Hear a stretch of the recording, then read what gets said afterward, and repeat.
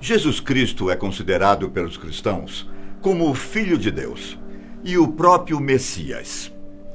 Ele teria sido ressuscitado para salvar a humanidade dos pecados e de todas as coisas ruins.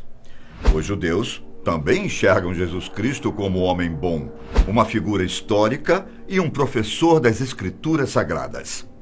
Além de ter nascido e vivido como um homem, Jesus também é visto como um líder excepcional. No entanto, os judeus não consideram Jesus como o Filho de Deus, e nem como o Messias. O judaísmo pode ter várias vertentes, mas sobre esse assunto eles estão de acordo. Não há dúvida entre eles. Outra coisa importante de entender é que tudo o que se sabe sobre Jesus vem dos 4 evangelhos do Novo Testamento. De acordo com estudiosos, os livros de Mateus, Marcos, Lucas e João foram escritos várias décadas após a morte de Jesus. Vamos entender quais são os motivos que fazem com que os judeus não acreditem em Jesus como Messias. Eu sou Ivan Lima e me acompanhe nessa jornada até o final do vídeo. Atenção! Esse vídeo não tem a intenção de ofender nenhum tipo de crença. A gente vai mostrar a visão do judaísmo sobre o Messias. Então, pedimos que respeite a religião de outras pessoas e as suas formas de enxergar o mundo. Ficamos combinados assim? E não se esqueça de dizer qual tema religioso você gostaria que a gente falasse nos próximos vídeos. A sua participação é muito importante. Tudo bem? Vamos lá. Não existe nenhuma evidência arqueológica sobre a existência de Jesus Cristo. Só que a maioria dos estudiosos concorda que Jesus existiu sim. Ele provavelmente nasceu em algum momento da década anterior à Era Comum. Jesus viveu numa época em que o Império Romano governava o que hoje é Israel. Havia uma grande tensão entre os judeus e os romanos, ainda mais quando o assunto era o livro de Torá. Para quem não sabe, o Torá é o texto sagrado do judaísmo.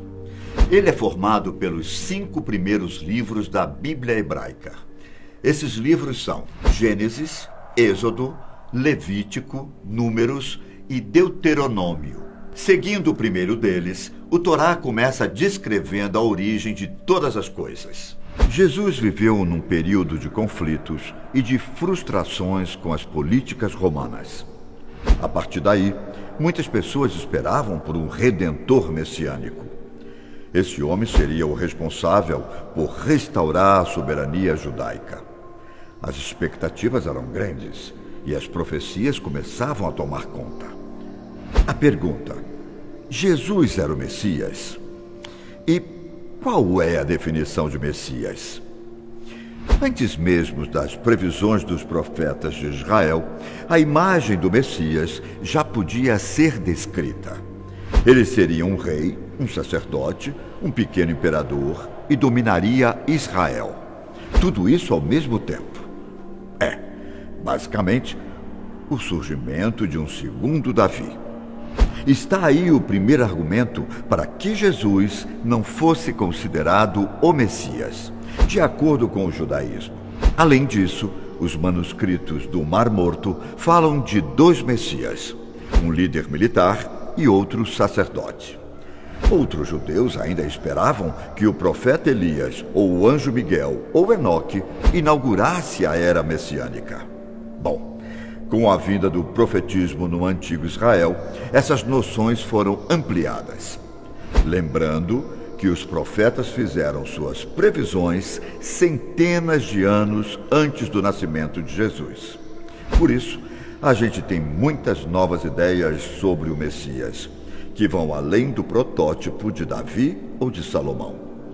Isaías foi um dos primeiros profetas que falou sobre isso, no final do século 8.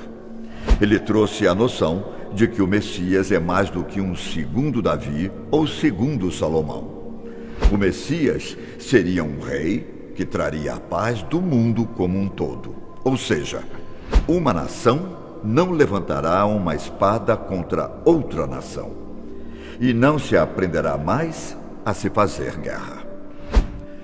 Ou seja, Isaías e outros profetas previram a era messiânica como um período de paz universal. A guerra e a fome seriam exterminadas, e a humanidade aceitaria a soberania de Deus. Mas, como sabemos, Jesus não teve um pai terreno. De acordo com a crença cristã, ele foi gerado pelo Espírito Santo dentro do corpo de uma virgem, no caso, Maria. Com o tempo, outras visões ficaram conhecidas. Não se sabe se essas visões foram de Isaías ou vieram em momentos posteriores. Até porque o livro de Isaías é formado por 3 partes de tempos bem diferentes. Ou seja, não são escritos uniformes sobre apenas um tempo da história. A gente poderia dizer que é uma espécie de compêndio com várias obras dentro de uma só. É muito importante saber disso. No capítulo 11 de Isaías, da Bíblia, essas visões são ainda mais ampliadas. Mais do que uma paz universal, a era messiânica traria uma paz plena. Sabe? Aquela parecida com a do Jardim do Éden. O leão conviveria com o cordeiro e os animais não seriam mais carnívoros. Imagina viver num mundo assim. Claro que nós temos outras percepções sobre a era messiânica, como a do primeiro século, que aconteceria a ressurreição geral dos mortos e a reunião de todos os judeus. As 10 tribos perdidas na terra de Israel estariam juntas no último julgamento para dar lugar à paz universal. E no caso, essa era messiânica ainda não teria acontecido. Então, o Messias estaria na presença divina, levando a entender que Jesus era um professor das Escrituras e um homem bom, mas não seria o Filho de Deus. Parte dos judeus também aponta que as Escrituras da Bíblia teriam sido traduzidas de forma incorreta, do hebraico para outras línguas. É comum dizer que no capítulo 52, o profeta Isaías teria feito uma referência a Jesus, como se fosse uma profecia. Mas os judeus alegam que essa teria sido mais uma tradução errada. A referência, na verdade, seria para o exílio e redenção do povo judeu. Mais de 1000 anos após a crucificação de Jesus, o sábio medieval Maimônides revelou coisas que os judeus acreditam que o Messias deveria realizar para confirmar sua identidade. Maimônides, para quem não sabe, foi um médico, filósofo e teólogo judeu que formulou 13 princípios da fé hebraica, como, por exemplo, o princípio de que Deus existe e que o Messias vai vir. Bom, esse teólogo, que também é conhecido como Rambam, disse que os judeus acreditam que o verdadeiro Messias deveria fazer algumas coisas. O primeiro ponto é que o Messias restauraria o reino de Davi para a sua antiga glória. Assim, ele conseguiria alcançar a vitória na batalha contra os inimigos de Israel, reconstruindo o templo e reunindo os exilados na terra de Israel. Olha só o que Rambam escreveu sobre o assunto. E se ele não for bem-sucedido nisso, ou se for morto, sabe-se que ele não foi o prometido pela Torá. Além disso, o Messias iria unificar toda a raça humana com a palavra de Deus. O ódio, o sofrimento e as doenças iriam desaparecer. Um segundo ponto muito falado pelos judeus é a questão da Santíssima Trindade. No cristianismo, a figura de Deus é dividida em 3 partes: o Pai, o Filho e o Espírito Santo. Os cristãos dizem que os 3 formam somente um único Deus. Mas para muitas religiões, isso é visto como a crença em mais de uma divindade. Para o judaísmo, essa quebra de Deus em 3 seres é algo que não dá para aceitar. Olha só o versículo 4 do capítulo 6 de Deuteronômio. Ouve, ó Israel, o eterno nosso Deus, o Senhor é um. Existe até mesmo uma tradição para que as crianças judias falem que Deus é único. Essa tradição também é levada às pessoas que estão perto de morrer. Ou seja, é importante que um dos últimos atos da pessoa prestes a morrer seja declarar que Deus é um só. Parece que isso é uma questão bem importante para o judaísmo, bem importante mesmo.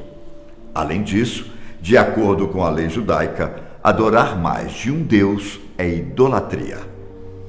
E um mesmo Deus que pode ser dividido em várias partes também é idolatria e pode ser mal visto pelos judeus. Chega até a ser considerado um dos 3 maiores pecados que alguém pode cometer em vida. Muitos historiadores falam que esse foi um dos motivos para que os judeus preferissem morrer durante as inquisições da Idade Média. Era melhor morrer do que se converter ao cristianismo e à crença na Santíssima Trindade. A questão da Santíssima Trindade ainda bate em um conceito que é muito forte para os judeus. Na visão cristã, Jesus é o Filho de Deus, mas, ao mesmo tempo, é o próprio Deus por ser uma das partes da Santíssima Trindade. Ou seja, Deus teria vindo à Terra na forma humana. Só que, para os judeus, Deus é um ser que não tem corpo. Isso quer dizer que ele não tem uma forma física definida. Conforme a crença judaica, o Messias vai nascer de pais humanos comuns. Além disso, ele não vai ter nenhum tipo de poder ou característica que faça com que ele seja superior aos seres humanos. Como assim? Bem, os judeus não acreditam que milagres devam ser provas de que alguém é santo, muito menos que tenha alguma ligação maior com Deus. Pelo contrário, eles afirmam que isso seria uma maneira de Deus testar a fé dos judeus. Em alguns trechos da Torá, Deus testaria seu povo ao passar breves poderes para charlatães e falsos profetas. Então, seguindo essa lógica, o Messias vai ser literalmente uma pessoa como outra qualquer. E isso vai contra a ideia dos milagres de Jesus Cristo. Como, por exemplo, curar pessoas doentes e até mesmo andar sobre as águas. Por fim, uma questão importante para o judaísmo é orar diretamente para Deus, sem um intermediário ou ponte para falar com Ele. A crença cristã é de que a oração deve ser dirigida através de um intermediário, ou seja, confessar os pecados de alguém a um padre. O próprio Jesus Cristo seria um intermediário. Lembra da frase, ninguém vem ao Pai senão por mim? Pois é, no judaísmo, a oração é um assunto privado, entre cada pessoa e Deus. Como a Bíblia diz no livro dos Salmos, Deus está perto de todos que o invocam. Além disso, os 10 mandamentos declaram: você não terá outros deuses antes de mim. Obrigado por me acompanhar até aqui. Um grande abraço.